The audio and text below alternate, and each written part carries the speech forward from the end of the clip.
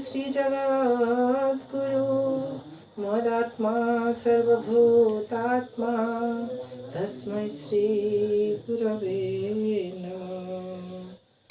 दूर थाई दुखी डाकिले कहूच पाद नाही जीवे केमिति पाखे जाई। हरे कृष्णा हरे कृष्णा हरे कृष्णा। दिने समस्त ऋषि माने सूत ऋषि को पचारिले, हे मुनि सूत, आपण दया परवेश हेई आमको कार्तिक व्रतर महात्म्य एवं कार्यकारिता विषय वर्णना करନ୍ତୁ। कहीं आम कार्तिक व्रत पालन करूँ, कार्तिक व्रत एमती कौन रही जहाँकि मासरे कार्तिक मास को श्रेष्ठ मास बोली कहुच्छी कि पुण्य मास बोली कहुच्छी। सूत मुनि स्मितहास पूर्वक हसी हसी कहले, हे मुनिगण, मु जहाँ कहूँ आपण श्रद्धा सहकारे शुणु। समुद्र राज वरुणंकर कन्या नीलेन्द्री कौन करथिले ना, तांकर जेतेबेले कन्या नीलेन्द्रींकर जातक देखिया से जाइथिले, सेतेबेले से जातक रु जानिया पाइले नीलेन्द्री को जेतेबेले 7 वर्ष 7 मास एवं 7 दिन हम सेतेबेले पिता किंबा माता वरुण किंबा तांकर स्त्री नीरावती तांको 2 जनक भितर जनकर मृत्यु घटिबो एवं जनको जमालय जीवाई पड़ो। एवं जेतेबेले नीलेन्द्री को 12 वर्ष 12 मास एवं 12 दिन हम सेतेबेले नीलेन्द्रींकर मृत्यु घटिबो। यह जेतेबेले से जानिबा पाइले सेतेबेले से कौन करिवे जानि पाइले ना। हठात से रागी जाई कौन कले ना, निज झियो नीलेन्द्री एवं नीरावती को निर्वासन दंड देले। माँ झियो कौन कले ना, निर्वासन दंड पाई जंगल भितर प्रवेश कले। अगनागनी जंगल भितर गोटे वृक्ष तले बसी कांदिया लगिले। से जंगल रे प्रभु शंकर एवं देवी पार्वती वृषभ वाहन सह विचरण करथिले। जेतेबेले नीरावती क्रंदन से शुणिया पाइले, सेतेबेले से नीरावती पाखरे आसी पहुँचिले एवं नीरावती पाखरे जेतेबेले पहुँचिले, नीरावती माँ जगदम्बा को देखि सारिबा परे, अंबालिका को देखि सारिबा परे पाद तले नतमस्तक हेले एवं समस्त दुख जंत्रणा उपस्थापन कले। जेतेबेले देवी पार्वती जानिबा पाइले कि झीर मार्गजसा आज तांको वनवास भोग करने पड़ुची, निर्वासन दंड भोग करने पड़ुची, तेणु से एक शर्त रखिले।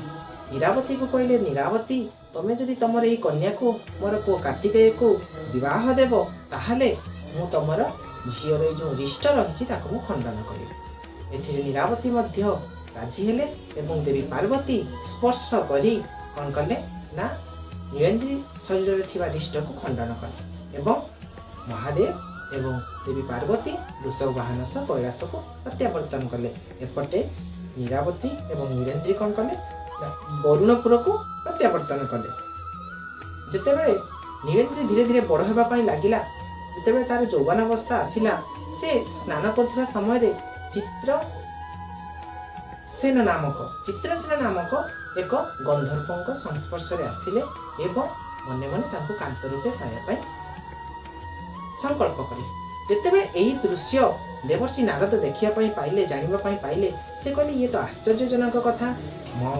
देवी पार्वती तांकर पुत्र पाई ए कन्या को संकल्प करथिले कि विवाह करिवे कार्तिकेय बोली, ये जदि चित्रसेन गंधर्व को विवाह करछि ताले तो असुविधा होई जीवो। से कौन कले ना, द्वारिका पुरी रे थिबा बलराम तांकर पु आनंदनंदन को कौन कले ना, चित्रसेन रूप रे आनी नीलेन्द्री सह विवाह स्थापना कले।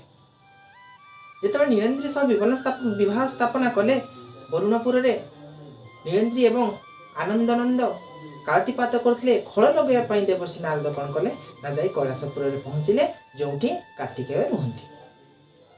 कार्तिकेय पाखे जाई पहुँची समस्त कथा कहले जे तमर हवा पाई जाउथवा स्त्री रूपवती गुणवती सुंदरी ताको आनंदनंद विवाह करछि।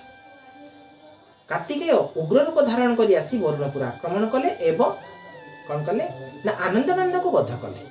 जेतेबेले आनंदनंद को बध कले, सेतेबेले आनंदनंद बध हवा परे जेतेबेले पिता बलभद्र एवं बलभद्रंकर भाई कृष्ण जानिबा पाई पाइले, से माने 2 जन कौन कले ना, कैलाशपुर आक्रमण करिया पाई लागिले। जेतेबेले कैलाशपुर आक्रमण करिया पाई लागिले, अति मात्रा रे युद्ध चलिला। जेतेबेले भगवान श्रीकृष्ण हर एवं हरि मुहांमुही हेले सेतेबेले भगवान श्रीकृष्ण हरंकु बा महेश्वरंकु समस्त वृत्तांत कहिले कि कार्तिकेय आनंदनंदन को बिना दोषरे बध करिछि। महादेव जेतेबेले ए कथा सुनिया पई पाइले सेतेबेले महादेव अनुताप कले कि मोर पुत्र कार्तिकेय भूल करिछि। तेणु भगवान श्रीकृष्ण एवं भगवान शंकर दुई जन मिसी आनंदनंद को पुनर्बार जीवित कले एवं आनंदनंद नीलेन्द्री को नहीं द्वारिका को प्रत्यावर्तन कले। एपटे कुमार कार्तिकेय मन दुखरे विवाह करिवे नाही बोली संकल्प कले। जेतेबेले विवाह करिवे नाही बोली संकल्प कले कुमार पूर्णिमा को कार्तिकेय नाम अनुसार कुमार पूर्णिमा कहा जायछि। एवं जेतेबेले कार्तिकेय विवाह करिवे नाही बोली कहिले तांको नाम आगरु कुमार बोली लगा गला। तेणु करी सेठी भगवान श्रीकृष्ण कहिले जे कार्तिक मास कार्तिकेयंकर सुमरणा करी कार्तिकेय को ध्यान करी ए व्रत पालन करिवो तार रोग शोक समस्त विपत्ति समस्त मार्गजसा सबु किछि खंडन हेछि। भगवान कृष्ण जो कथा कहिथिले सेही कार्तिक मास बे पदार्पण करिछि। तेणु समस्त को आमे अनुरोध करिबा जे कार्तिक मास को आनंद रे एवं नीति नियम रे पालन करंतु। जदि आपन को मोर ये वीडियो भल लगी दयाकोरी आपण सब्सक्राइब करंतु लाइक करंतु। जदि मोर कोनोसी दोष त्रुटि रही जाउची ताले कमेंट माध्यम आपण जणाई पारिबे एवं शेयर अधिक अधिक करंतु जहा कि मु आपण को भिन्न भिन्न रूपर भागवत कथा एवं भिन्न भिन्न हरिवाणी भिन्न भिन्न कार्य मु आपण को जणाई पारिबे। जय जगन्नाथ, हरे कृष्ण।